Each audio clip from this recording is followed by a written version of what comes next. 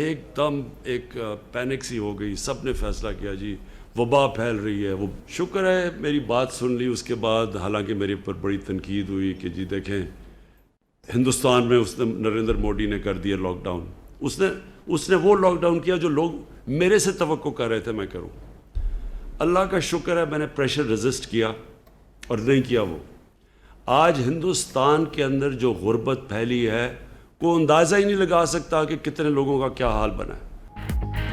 صوبے پوچھ لیتے تو کبھی ایسا لاک ڈاؤن نہ ہونے دیتا. وزیر اعظم عمران خان کہتے ہیں مودی نے وہ لاک ڈاؤن کیا جس کی لوگ پاکستان میں توقع کر رہے تھے.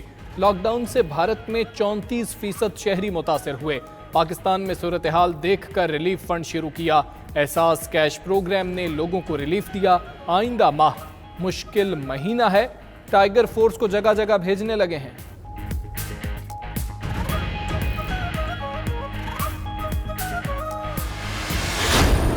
کپتان اور ایئر ٹریفک کنٹرولر ذمہ دار. وزیر ہوابازی غلام سرور نے تحقیقاتی رپورٹ وزیر اعظم کو پیش کر دی. کپتان نے لینڈنگ سے 10 ناٹیکل میل پر ہدایت نظر انداز کی. لینڈنگ گیئر کھولنا بھی بھول گیا. جہاز کے دونوں انجن رن وے پر ٹکرائے. پائلٹ نے دوبارہ لینڈنگ کے وقت بتایا انجن کام کرنا چھوڑ گئے. وزراء کے متضاد بیانات پر وزیر اعظم برہم. بیان بازی سے روک دیا. عمران خان نے کہا متضاد بیانات سے عوام میں بے چینی پیدا ہوتی ہے. وزراء اپنے حلقوں میں عوام سے رابطہ بڑھائیں. وزیر اعظم نے ایک صورتحال پر اجلاس بھی طلب کیا. کراچی میں لاک ڈاؤن کی خلاف ورزی پر پولیس حرکت میں آ گئی. شام 7 بجے کے بعد لاک ڈاؤن کی خلاف ورزی کرنے والوں کو گرفتار کیا جائے گا. لاہور کے مزید 8 علاقوں میں سخت لاک ڈاؤن کا فیصلہ. ذرائع کے مطابق Gulberg, Model Town, D H A, Gulshan Ravi, Faisal Town, Garden Town اور اندرون شہر کو مکمل بند کیا جائے گا. مجوزہ علاقوں میں 96,229 گھروں کو لاک ڈاؤن کرنے پر اتفاق کیا گیا. علاقوں کو سیل کرنے کا وقت کا تعین کابینہ کمیٹی کرے گی.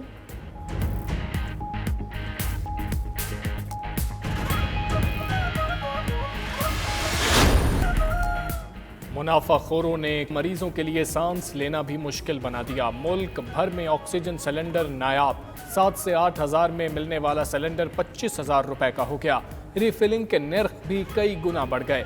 لاہور، پشاور، فیصل آباد میں بھی آکسیجن سلنڈرز کا بحران.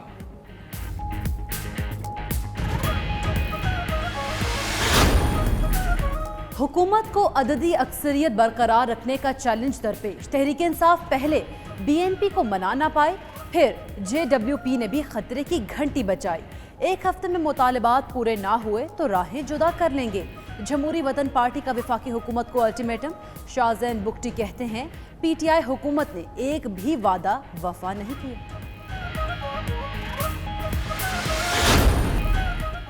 وزیر اعلیٰ پنجاب عثمان بزدار اور اسپیکر چودھری پرویز الہی کی ملاقات. سیاسی صورتحال اور فلاح عامہ کے پروگرام پر تبادلہ خیال. پرویز الہی کی ریلیف بجٹ پیش کرنے پر عثمان بزدار کو مبارکباد. وزیر اعلیٰ سے صوبائی وزراء اور ارکان اسمبلی کی بھی ملاقات. حلقوں کے مسائل سے آگاہ کیا. پلازما زندگی ہے. 71,000 سے زائد خوش نصیب پلازما عطیہ کر سکتے ہیں.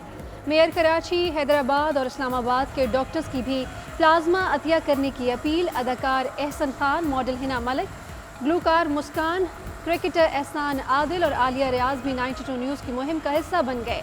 اگر آپ کو پلازما عطیہ کرنے میں مسئلہ ہے تو 03341920-268 پر واٹس ایپ کریں. 92 نیوز پلازما عطیہ کرنے میں آپ کے لیے مددگار ثابت ہوگا.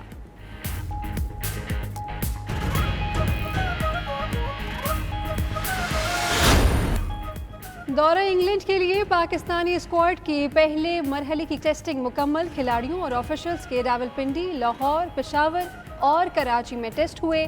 دوسرے مرحلے کے ٹیسٹ 25 جون کو ہوں گے. قومی ٹیم 28 جون کو انگلینڈ روانہ ہوگی.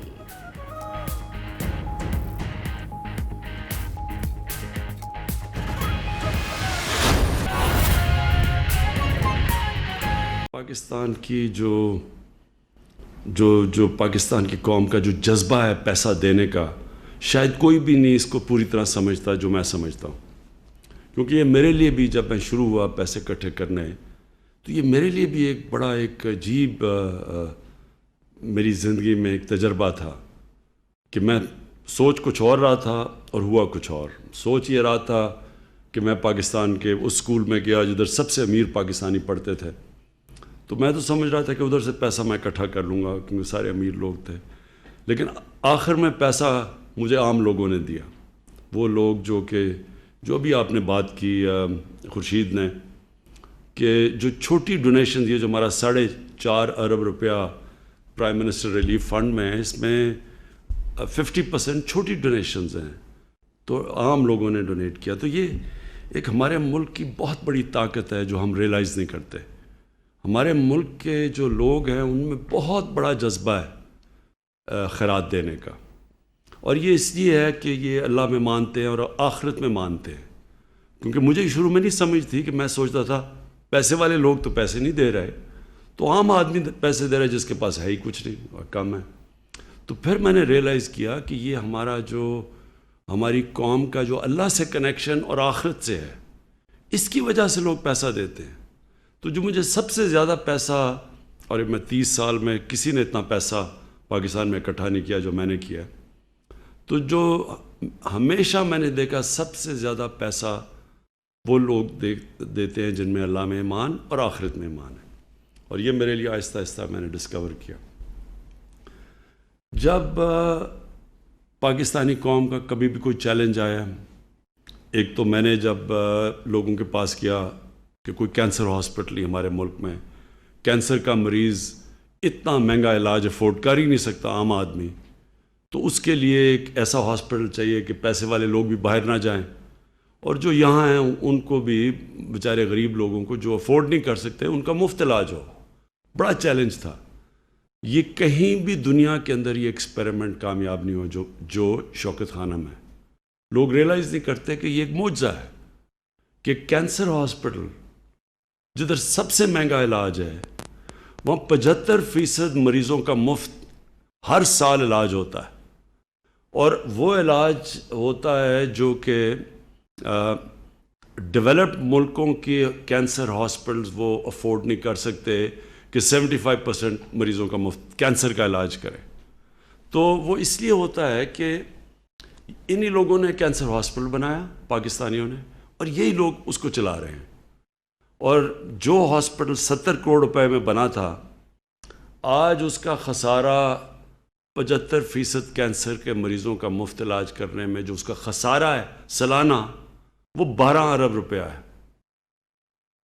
تو 70 کروڑ کے ہاسپٹل میں 12 ارب روپے کا مفت ٹریٹمنٹ ملتی ہے. تو یہ ایک ٹریبیوٹ ہے اپنی قوم کی کہ ایک دفعہ لوگوں کو یہ اعتماد ہو جائے کہ جو ہم پیسے دے رہے ہیں وہ ٹھیک جگہ جا رہے ہیں، وہ چوری نہیں ہو رہا ہے. اس کے بعد یہ قوم جتنی کھلے دل کی ہے اور جس طرح یہ خیرات دیتی ہے، میرے نہیں خیال میں دنیا میں اور ایسی کوئی قوم ہے. اور ہم ویسے بھی پاکستانیوں کو دنیا کے ٹاپ ان ملکوں میں سمجھا جاتا ہے جو سب سے زیادہ چیریٹی دیتے ہیں.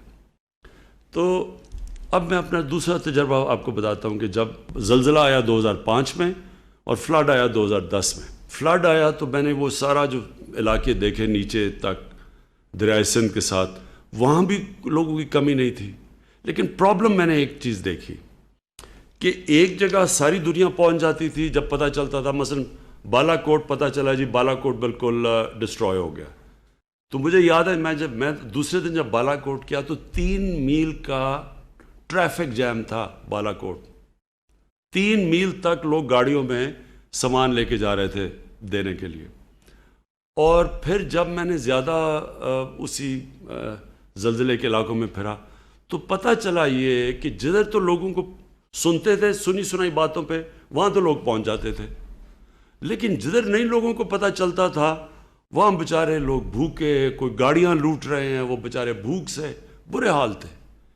اور یہ ایگزیکٹلی یہی چیز ہوئی فلڈز کے اندر کہ ایک طرف فلڈز میں سارے اتنا سامان لوگوں کو دے دیا کہ وہ بیچنا شروع ہو گئے، اور دوسری طرف بیچارے لوگ بھوکے تھے. تو تب میں نے فیصلہ کیا اور میں نے ڈاکٹر ثانیہ کو کہا کہ یہ جو اب کرونا کی وجہ سے جو لاک ڈاؤن ہوا ہے، یہ لاک ڈاؤن نے جو سچویشن کریٹ کی ہے، یہ انپریسیڈنٹڈ سچویشن ہے. ایسا دنیا نے کبھی اس طرح کی سچویشن نہیں دیکھی. ہمیں تو چھوڑیں, ہم تو پہلے ہمارے مشکل حالات سے نکل رہے تھے, لیکن اگر آپ دنیا میں دیکھیں, امریکہ جیسے ملک میں میل لمبے کیوز بنے ہوئے ہیں, گاڑیوں میں لوگ کھڑے ہیں کھانا لینے کے لیے, خیرات لینے کے لیے. امریکہ جو دنیا کا سب سے امیر ملک ہے,